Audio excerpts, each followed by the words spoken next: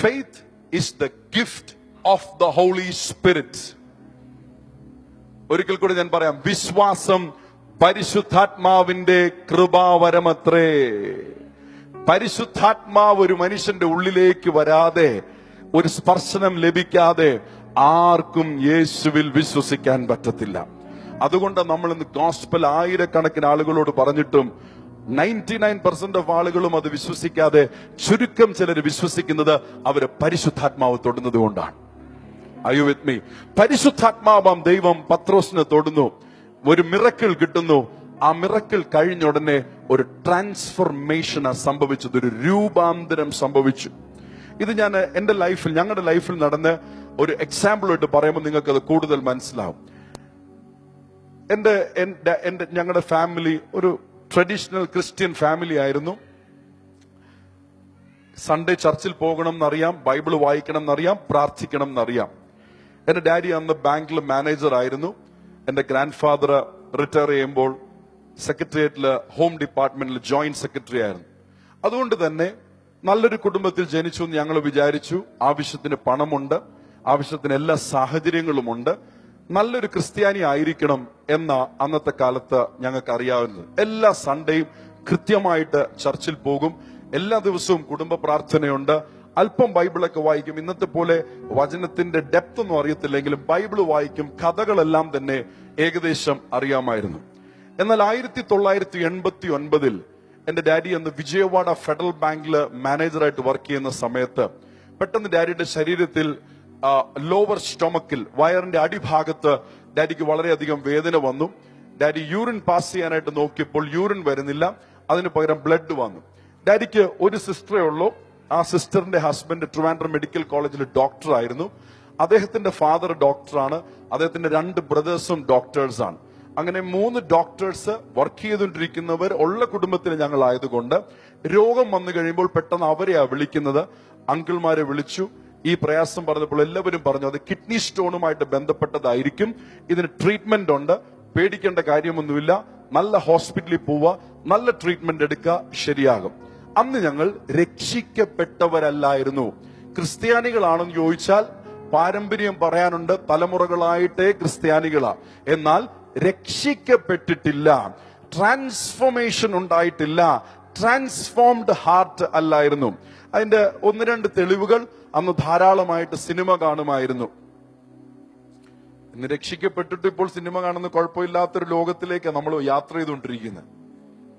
എന്നോട് ചിലരൊക്കെ പറഞ്ഞു, പാസ്റ്റർ അങ്ങനെ പാസ്റ്റർ പ്രസംഗിക്കരുത്, ചില വളരെ നല്ല സിനിമകളുണ്ട്, പാസ്റ്ററും കൂടെ കാണണം. വേദോസത്തിൽ എഴുതി വെച്ചിട്ടുണ്ട്, നിന്റെ കണ്ണിന്റെ മുൻപിൽ ദ്രോഹമായി തീരുന്നത് ഒന്നിനെയും നീ വയ്ക്കരുത്. ജീസസിനെ ഇഷ്ടപ്പെട്ടാൽ പിന്നെ നമുക്ക് ഈ ലോകത്തിൽ ഒന്നിനെയും ഇഷ്ടപ്പെടാൻ പറ്റത്തില്ല. Are you with me? Okay. അപ്പോൾ ആ സമയത്ത് ഡാഡി ബാങ്കിലെ മാനേജർ ആയതുകൊണ്ട് ഡെപ്പോസിറ്റ്സ് വരാനും ലോണിന്റെ ചാർജസ് മീറ്റ് ചെയ്യാനും കസ്റ്റമേഴ്സിന്റെ കൂടെ അല്പം മദ്യപിച്ചാൽ മാത്രമേ അന്ന് ചാർജസ് ഒക്കെ കിട്ടത്തുള്ളൂ. അങ്ങനെ ഒരു നോർമൽ റിലീജിയസ് ക്രിസ്ത്യൻ ജീവിക്കുന്ന പോലെ ജീവിക്കുന്ന സമയം 3 days ഡാഡി ഹോസ്പിറ്റലിൽ പോയി ചെക്ക് ചെയ്തു. 3 ദിവസം അവർ ടെസ്റ്റ് നടത്തി. ഡാഡിയുടെ ശരീരത്തിൽ അവർക്ക് രോഗത്തെ കണ്ടുപിടിക്കാനായിട്ട് പറ്റിയില്ല. കിഡ്നി സ്റ്റോൺ അല്ല, യൂറിനറി ബ്ലാഡറുമായിട്ട് പ്രോബ്ലം ഇല്ല. അന്നത്തെ ഏറ്റവും നല്ല സാങ്കേതിക വിദ്യ ഉപയോഗിച്ചുവെങ്കിലും അവർക്ക് രോഗത്തെ കണ്ടുപിടിക്കാൻ പറ്റിയില്ല. 4ാമത്തെ ദിവസമായപ്പോൾ ഞാൻ ഇന്നും ഓർക്കുന്നു, എന്റെ ഡാഡി ഡെത്ത് ബെഡിലായി. കാരണം 3 ദിവസം സഹോദരന്മാരോ സഹോദരൻ നിങ്ങളും ചിന്തിച്ചു നോക്കിയാൽ 3 ദിവസം നമുക്ക് യൂറിനേറ്റ് ചെയ്യാൻ പറ്റിയില്ല എങ്കിൽ നമ്മുടെ ബാക്കി എല്ലാ സിസ്റ്റംസിനെയും ഓരോന്നായിട്ട് അഫക്ട് ചെയ്യുന്നത് പോലെ എന്റെ ഡാഡിയുടെ സിസ്റ്റംസും അഫക്റ്റഡ് ആകാനായിട്ട് തുടങ്ങി. 6th day ജൂലൈ 27, 1989 എന്റെ ജീവിതത്തിൽ ആദ്യമായിട്ട് എന്റെ ഫാദർ കരയുന്നത് ഞാനൊരു ബാലനായിരുന്നപ്പോൾ കണ്ടതാ. ഒരു സ്ട്രോങ് പേഴ്സണാലിറ്റി ആയിരുന്നു അദ്ദേഹം. തിരുവല്ലയിലൊക്കെ പണ്ട് സമരം വരുമ്പോൾ ഡാഡി അവർ വിളിച്ചുകൊണ്ട് പോകുന്നത്, കാരണം സമരത്തെ പൊളിക്കുവാൻ വേണ്ടിയിട്ട്. അങ്ങനെ ആരെയും ഭയമില്ലാതെ ഒരു സ്ട്രോങ് പേഴ്സണാലിറ്റി ആയിരുന്ന വ്യക്തി വേദന കൊണ്ട് വയറിങ്ങനെ ഒരു ഗർഭിണിയായ സ്ത്രീയുടെ വയറുപോലെയായി ഒന്നും കഴിക്കാൻ പറ്റാതെ ബെഡിൽ കിടന്ന് പെയിൻ കൊണ്ട് റോൾ ചെയ്ത് കണ്ടപ്പോൾ ഞങ്ങൾക്ക് മനസ്സിലായി ഒരുപക്ഷെ ഡാഡി മരിച്ചു പോകുമായിരിക്കും. അന്ന് ക്രിസ്ത്യനാണോ? ആണോ. യേശു അത്ഭുതം ചെയ്യുന്ന അറിയാമോ? അറിയാം. പക്ഷെ എന്തില്ല? വിശ്വസിക്കാൻ പറ്റുന്നില്ല. ഞാനൊരു നല്ല എക്സാമ്പിൾ പറയണം എങ്ങനെയാ ഫെയ്ത്ത് ഓപ്പറേറ്റ് ചെയ്യുന്നത്. ജീസസിനെ അറിയാമോ? അറിയാം. തലമുറകളായിട്ട് അറിയാം. ബൈബിൾ വായിക്കുന്നുണ്ട്. ബൈബിൾ അത്ഭുതങ്ങളിൽ വിശ്വസിക്കുന്നുണ്ടോ? ഉണ്ട്. പക്ഷെ യേശു നിന്റെ ഡാഡിയെ സൗഖ്യമാക്കൂ, ഞങ്ങൾ ആരും അത് വിശ്വസിക്കുന്നില്ല. മരണത്തിനു വേണ്ടി ഭവനം തന്നെ തയ്യാറായി. എന്റെ ഗ്രാൻഡ് ഫാദർ വന്നു, എന്റെ ഗ്രാൻഡ് മദർ വന്നു. എല്ലാവരും മരിച്ചു കഴിഞ്ഞാൽ പിന്നെ എന്ത് ചെയ്യണം എന്നുള്ള ക്വസ്റ്റ്യനായി ഡാഡി മനസ്സിൽ ചിന്തിക്കാൻ തുടങ്ങി. എന്റെ വിവാഹം നേരത്തെ നടന്നു, എനിക്ക് മക്കൾ നേരത്തെ ലഭിച്ചു, ഞാൻ വേഗം മരിക്കുമായിരിക്കും. എന്റെ മക്കൾ ഇനി എന്റെ വൈഫിനെ നോക്കുമോ? എന്റെ മമ്മിയെ കുറിച്ച് ചിന്തിച്ചു. എന്റെ വൈഫ് എന്റെ മക്കളെ നോക്കുമോ? ഒത്തിരി ചിന്തകളാൽ ഭാരപ്പെട്ടു. അന്ന് രാത്രി ഞങ്ങളുടെ വീട്ടിൽ ഒരു ക്രിസ്ത്യൻ മാഗസിൻ കുറെ നാളുകൊണ്ട് വരുന്നുണ്ട്. പക്ഷെ അന്ന് അതിന്റെ പ്രയോജനം പിടികിട്ടി. ജീസസ് കോൾസിന്റെ മാഗസിൻ വരുന്നുണ്ടായിരുന്നു. അന്ന് ആ മാഗസിനിൽ എഴുതിയിട്ടുണ്ടായിരുന്നു, രോഗം വന്നാൽ മദ്രാസിലെ പ്രയർ ടവറിൽ വിളിച്ചാൽ പ്രാർത്ഥന സഹായം നൽകാമെന്നുള്ളത്. അന്നത്തെ കാലത്ത് ട്രഡീഷണൽ ഫാമിലിയിൽ, ക്രിസ്ത്യൻ ഫാമിലിയിൽ വളർന്നത് കൊണ്ട് ഇന്ന് അധികം മിനിസ്ട്രീസ് കേരളത്തിലും ഇന്ത്യയിലൊക്കെ കൊണ്ടുണ്ട്. ഇന്ന് നമ്മൾ വിശ്വസിക്കും പ്രാർത്ഥിച്ചാൽ രോഗം മാറും എന്നുള്ളത്. അന്നത്തെ കാലത്ത് ജീസസ് കോൾസ് പോലൊരു മിനിസ്ട്രിയിലും ഞങ്ങൾ വിശ്വസിച്ചിരുന്നില്ല. ഡാഡി എപ്പോഴും പറയുമായിരുന്നു, അവർ ബിസിനസ് ചെയ്യുന്നവരാണ്, അവര് കർത്താവിനെ വിൽക്കുന്നവരാണ്, ഇതൊക്കെ തട്ടിപ്പാണ്, ഇങ്ങനെ രോഗസൗഖ്യം നടക്കത്തില്ല എന്ന് പറയുന്ന ഒരു ഫാമിലിയില്ല. അപ്പൊ നമുക്ക് ഫെയ്ത്ത് ഉണ്ടോ? ഫെയ്ത്ത് ഇല്ല എന്ന് പ്രൂവ് ചെയ്യാനായി ഹിസ്റ്ററി എല്ലാം പറയുന്നത്. എന്നാൽ എന്റെ മമ്മിയും എന്റെ ഗ്രാൻഡ് മദറും നിർബന്ധിച്ചത് കാരണം സീറോ ഫെയ്ത്തിൽ, let me tell you, zero ഫെയ്ത്തിൽ എന്റെ ഡാഡി മദ്രാസിലേക്ക് അന്ന് വിളിക്കാൻ ശ്രമിച്ചു. അന്ന് ഇതുപോലെ മൊബൈൽ ഫോണിൽ ഇപ്പോഴത്തെ പ്രസംഗിക്കുമ്പോൾ ഇപ്പോഴത്തെ തലമുറക്കാർക്ക് മനസ്സിലാകത്തു പോലില്ല. അന്ന് മൊബൈൽ ഇല്ല, STD വരുന്നതേ ഉള്ളൂ. അന്നത്തെ പഴയ ട്രങ്ക് ബുക്കിംഗ് ആണ്. ട്രങ്ക് ബുക്കിംഗ് എത്ര പേർക്ക് ഓർമ്മയുണ്ട്? ട്രങ്ക് ബുക്കിംഗ്, വാ വണ്ടർഫുൾ. ട്രങ്ക് ബുക്കിംഗ് കണക്ട് ചെയ്യാൻ അത്ര എളുപ്പമല്ല വിജയവാഡയിൽ നിന്ന് മദ്രാസിലേക്ക്, റൈറ്റ്? പക്ഷെ ആദ്യത്തെ കണക്ഷനിൽ തന്നെ മദ്രാസിലെ പ്രയർ ടവറിൽ കണക്റ്റഡ് ആയി. ഒരു സഹോദരി ആ ഫോൺ എടുത്തു. ആ സഹോദരിയോട് ഡാഡി ഇംഗ്ലീഷിൽ പറഞ്ഞു. ആ സഹോദരി പറഞ്ഞു, shall I pray for you brother? പ്രാർത്ഥിക്കാനായിട്ട് തുടങ്ങി. ഞാൻ ഇന്നും അത് ഓർക്കുന്നു. എനിക്ക് മറക്കാൻ ഒക്കാത്ത ഒരു രംഗമാണ്. ആന്ധ്രാപ്രദേശിൽ ഞങ്ങളുടെ ഫ്ലാറ്റിലെ കട്ടിലില് ഡാഡി കിടന്നുകൊണ്ട് അങ്ങറ്റത്ത് ഇങ്ങനെ കറക്കുന്ന റൗണ്ട് ടൈപ്പുള്ള ഫോണിൽ ഡാഡി സംസാരിക്കുന്നു. ഞാനും എന്റെ അനിയനും ഇപ്പറേ നിൽക്കുന്നു. എന്റെ മദർ അവിടെ നിൽക്കുന്നു, എന്റെ ഗ്രാൻഡ് ഫാദർ ഗ്രാൻഡ് മദർ ഇവിടെ നിൽക്കുന്നു. എല്ലാവരും കരയോ. ഞങ്ങൾ അത്രയ്ക്ക് കരയുന്നില്ല, കാരണം ഞങ്ങൾ ചെറുപ്പമായതുകൊണ്ട് ഇതിന്റെ സീരിയസ്നെസ് അന്ന് മനസ്സിലാകുന്നില്ലായിരുന്നു. ആ സഹോദരി ഡാഡിക്ക് വേണ്ടി പ്രാർത്ഥിക്കാൻ തുടങ്ങി. ഒരു സാധാരണ പ്രാർത്ഥന പ്രാർത്ഥിച്ച് അല്പം കഴിഞ്ഞപ്പോഴത്തേക്ക് അവർ ഉറക്കം നിലവിളിച്ചുകൊണ്ട് പറഞ്ഞു, I can see the hands of Lord Jesus Christ, the same nail pierced hand. It is coming into your room. It is touching your body. Brother, right now you are healed in the name of Jesus. ഇതെന്റെ ഫാദറിന് മാത്രമേ കേൾക്കാൻ പറ്റുന്നുള്ളൂ, കാരണം അന്നത്തെ ഫോണിൽ speaker phones ഇല്ലായിരുന്നു. Round കറക്കുന്ന phone ചെവി വെക്കുന്ന ആൾക്ക് കേൾക്കാൻ പറ്റത്തുള്ളൂ. ഇത് പറയുന്ന സമയത്ത് തന്നെ എന്റെ മദർ പ്രാർത്ഥിച്ചുകൊണ്ടിരുന്ന മദർ പെട്ടെന്ന് താഴെ വീണിട്ട് മലയാളത്തിൽ സ്പീഡിൽ പറയാൻ തുടങ്ങി, സ്തോത്രം സ്തോത്രം സ്തോത്രം സ്തോത്രം, ഹല്ലേലൂയ ഹല്ലേലൂയ ഹല്ലേലൂയ. അന്നുവരെ പെന്തക്കോസ്തുകാർ മാത്രമേ സ്പീഡിൽ സ്തോത്രവും ഹല്ലേലൂയയും പറഞ്ഞ് ഞങ്ങൾ കണ്ടിട്ടുള്ളൂ. ഞങ്ങളുടെ ഫാമിലിയിൽ ഒരിക്കലും ആരും പറഞ്ഞിട്ടില്ല. ഞങ്ങളുടെ ചർച്ചിൽ ഇത് പറയുന്നില്ല. അടുത്ത ആ സിസ്റ്റർ ബ്രദറിനോട് പറയൂ, ഡാഡിയോട് പറയൂ, brother, Jesus has healed you. Go to the toilet, checkup for yourself, write to us. ഈ സ്റ്റേറ്റ്മെന്റിനെ നമ്മൾ എന്ത് വിളിക്കും? വിശ്വാസം എന്നാണോ? വിശ്വാസത്തിൽ എത്തിയില്ല. ഒരു ഗുഡ് കോൺഫിഡന്റ് എക്സ്പെക്ടേഷൻ പറയുക. പറഞ്ഞേ ഇന്ന് രാവിലെ വന്നവര്, hope, a statement of hope, പ്രത്യാശയുടെ ഒരു സ്റ്റേറ്റ്മെന്റ് പറയുക. അപ്പൊ അവര് പറഞ്ഞു നിർത്തിയത് എവിടെയാ? Brother, go to the toilet, checkup for yourself, write your testimony to us. എന്റെ ഡാഡി പതുക്കെ കട്ടിൽ നിന്ന് എഴുന്നേറ്റു. എന്റെ ഗ്രാൻഡ് ഫാദറിന്റെ സഹായം തേടി. ഗ്രാൻഡ് ഫാദർ എന്റെ ഫാദറിനെ ടോയ്ലറ്റിൽ തോളിൽ പിടിച്ചുകൊണ്ടുപോയി യൂറിൻ പാസ് ചെയ്യാനായി നോക്കിയപ്പോൾ 6 ദിവസം കൊണ്ട് പോകാതിരുന്ന യൂറിൻ ഒരു നിമിഷം കൊണ്ടുപോയി.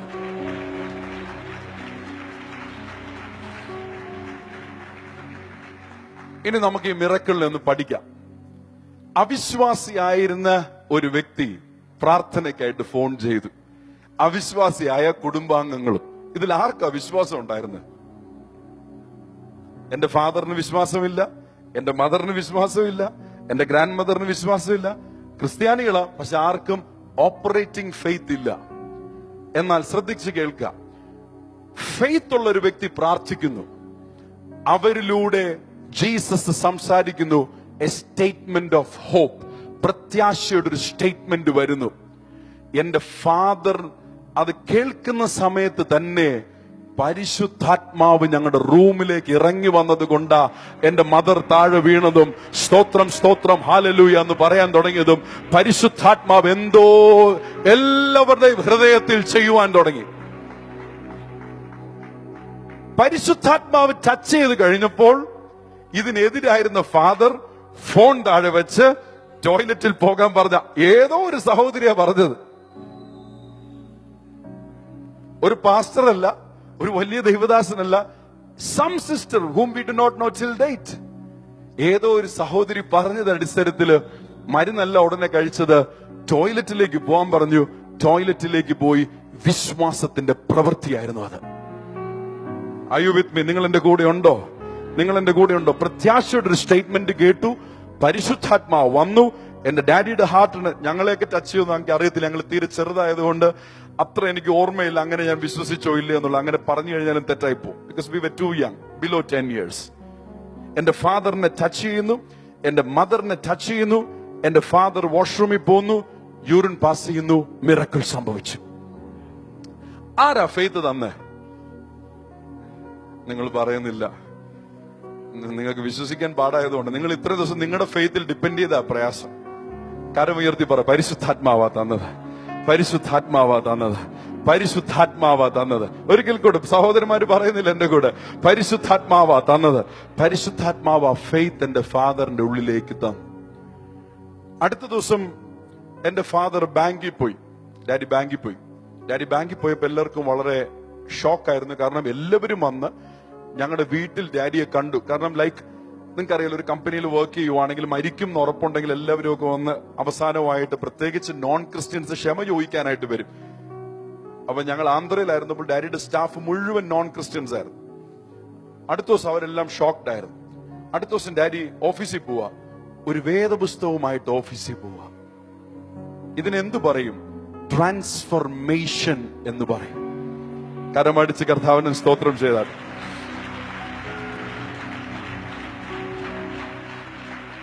വേദപുസ്തകം കൊണ്ട് മേശപ്പുറത്ത് വെച്ചു. അവിടെ ഇരുന്ന് ബൈബിൾ വായിക്കുക. ബൈബിൾ വായിച്ച് പ്രാർത്ഥിച്ച് കസ്റ്റമേഴ്സ് വരിക. വരുന്ന കസ്റ്റമറിനോടെല്ലാം ഡാഡി ജീസസിനെ കുറിച്ച് പറയുക. ഇതിനെന്തു പറയും? Transformation, being a witness of the Holy Spirit. മലയാളത്തിൽ പരിശുദ്ധാത്മാവിന്റെ സാക്ഷിയായി തീരുക എന്നുള്ളത്. 2-3 ദിവസം പറഞ്ഞപ്പോഴത്തേക്ക് പ്രശ്നമായി. അവിടുത്തെ സ്റ്റാഫ് യൂണിയൻ നേതാവ്, ഒരു ബ്രദർ ശാംബശിവൻ എന്ന് പറയുന്ന വ്യക്തി ഡാഡിയുടെ റൂമിലേക്ക് കയറി വന്നു. ഡാഡിയുടെ ബൈബിൾ കീറി ഡസ്റ്റ്ബിനിൽ ഇട്ടിട്ട് പറഞ്ഞു, തെലുങ്കിൽ പറഞ്ഞു, ഇത് ഞങ്ങളുടെ ബ്രാഞ്ചാ, ഞങ്ങളുടെ യൂണിയനാ. സാറിന് ദൈവത്തെ വീട്ടിൽ ആരാധിക്കാം, ബാങ്കിൽ പറ്റത്തില്ല എന്ന് പറഞ്ഞു. ഡാഡിക്ക് സങ്കടമായി. ഡാഡിയുടെ ബൈബിൾ അദ്ദേഹം കീറിക്കളഞ്ഞു. അന്ന് രാത്രി ഏകദേശം 10:30 മണിയോടുകൂടെ സാംബശിവൻ എന്ന ബ്രദർ ഡാഡിയെ ഫോണിൽ വിളിച്ചു. ഫോണിൽ വിളിച്ചിട്ട് അദ്ദേഹം കരയുക. അദ്ദേഹം പറഞ്ഞു, സാർ പെട്ടെന്ന് വരണം, എന്റെ വീട് വരണം, എന്റെ മകന് വേണ്ടി പ്രാർത്ഥിക്കണം. വൈകുന്നേരം അവൻ തന്റെ കൂട്ടുകാരോടൊത്ത് ഈർക്കിൽ വെച്ച് അമ്പും വില്ലും ഉണ്ടാക്കി കളിച്ചപ്പോഴത്തേക്ക് അതിലൊരെണ്ണം വന്ന് എന്റെ മകന്റെ കണ്ണിലെ കൃഷ്ണമണി കൊണ്ടു, കാഴ്ച പോയി. ഞങ്ങൾ ഇന്ന ആശുപത്രിയിലാണ്, സാർ പെട്ടെന്നൊന്ന് ആശുപത്രി വരണം, പ്രാർത്ഥിക്കണം. ഡാഡിക്ക് പേടിയായി. കാരണം ഇന്ന് രാവിലെ ഒരു വാർണിംഗ് കിട്ടിയിട്ടാ വന്നത്. എന്താ പറഞ്ഞു, ഇനി പ്രസംഗിച്ചു കഴിഞ്ഞാൽ പരിപാടി തീർക്കും എന്ന് അദ്ദേഹം പറഞ്ഞത്. ബൈബിളും കീറിട്ട്. അപ്പൊ ഡാഡി ഓർത്തു ഡാഡിയെ കൊല്ലാനോ അടിക്കാനോ എന്തോ പദ്ധതിയായിരിക്കും. ഡാഡി പോവാൻ റെഡി അല്ലായിരുന്നു. കുറച്ചു കഴിഞ്ഞപ്പോൾ ഡാഡി ഒരു ശബ്ദം കേൾക്കുക, മനോമോഹൻ എഴുന്നേൽക്ക്, സാംബശിവന്റെ മകന് വേണ്ടി പ്രാർത്ഥിക്ക. ആരുടെ ശബ്ദമാ? പറയ് എന്റെ കൂടെ. പരിശുദ്ധാത്മാവാ. എങ്ങനെ കേൾക്കാനുള്ള ഹൃദയം മാറിയത്? ബിക്കോസ് രൂപാന്തരം, പരിശുദ്ധാത്മാവ് വന്നപ്പോൾ, ഹാർട്ട് രൂപാന്തരപ്പെടുത്തിയപ്പോൾ, പരിച്ഛേദനയാക്കിയ ഹൃദയമാക്കിയപ്പോൾ ദൈവവുമായിട്ട് ഡയറക്റ്റ് കമ്മ്യൂണിക്കേഷൻ സ്റ്റാർട്ട് ചെയ്യുക. സൗഖ്യം കിട്ടിയപ്പോൾ ഡാഡി ഒന്നും കേട്ടില്ല. സൗഖ്യം കിട്ടിയപ്പോൾ ഒരു സഹോദരി പറഞ്ഞ സ്റ്റേറ്റ്മെന്റ് ഒരു പ്രത്യാശയുടെ സ്റ്റേറ്റ്മെന്റാ. എന്നാൽ വിശ്വാസത്തിന്റെ ഗിഫ്റ്റ് ഹോളി സ്പിരിറ്റ് ഇട്ട് കഴിഞ്ഞപ്പോൾ ദൈവശബ്ദം കേൾക്കുവാൻ ചാനൽ തുറന്നു. Come on, somebody say amen. Hallelujah. Daddy അന്ന് ആ ബാലിന് വേണ്ടിട്ട് പോയി പ്രാർത്ഥിച്ചു. അവിടെ ചെന്നപ്പോൾ സത്യമായിരുന്നു. ഡാഡി പ്രാർത്ഥിച്ചു.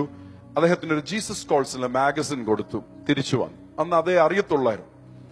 തിരിച്ചു വന്നു 15-16 ദിവസമൊക്കെ കഴിഞ്ഞപ്പോൾ ആ മകനെ വീട്ടിൽ കൊണ്ടുവന്നു. അവന്റെ കാഴ്ച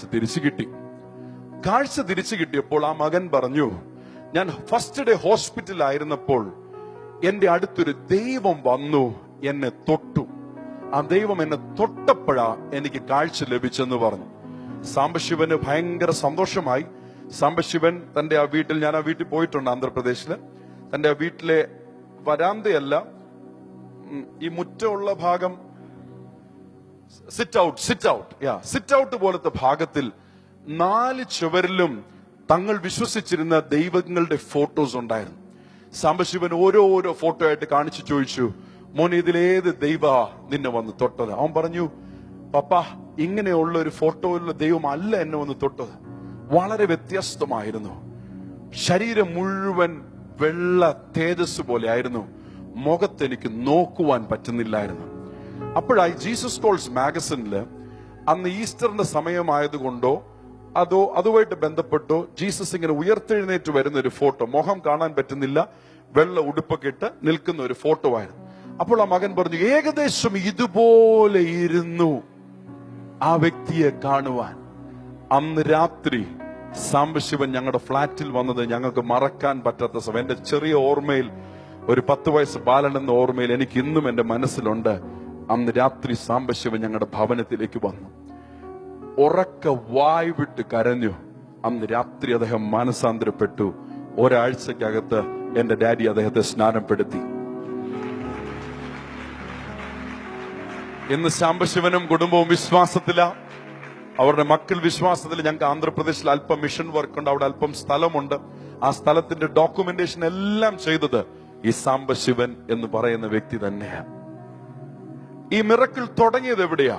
അവിശ്വാസിയായ എന്റെ ഡാഡി ഫോൺ ചെയ്യുക, പ്രത്യാശയുടെ ഒരു സ്റ്റേറ്റ്മെന്റ് കേൾക്കുന്നു, പരിശുദ്ധാത്മാവ് ഞങ്ങളുടെ റൂമിലേക്ക് വരുന്നു, എന്റെ മമ്മിയെ തൊടുന്നു, എന്റെ ഡാഡിയെ തൊടുന്നു, ഹൃദയത്തിന്റെ അകത്ത് ഒരു പരിച്ഛേദന ലഭിക്കുന്നു.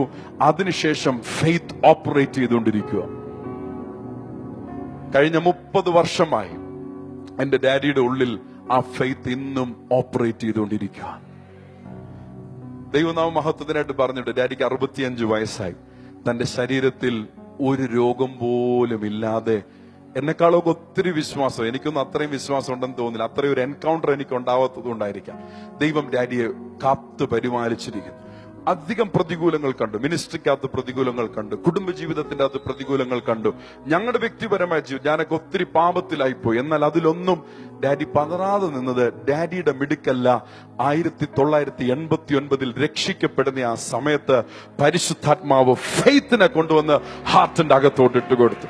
Come on, somebody clap your hands and give glory to Jesus. Hallelujah! Hallelujah!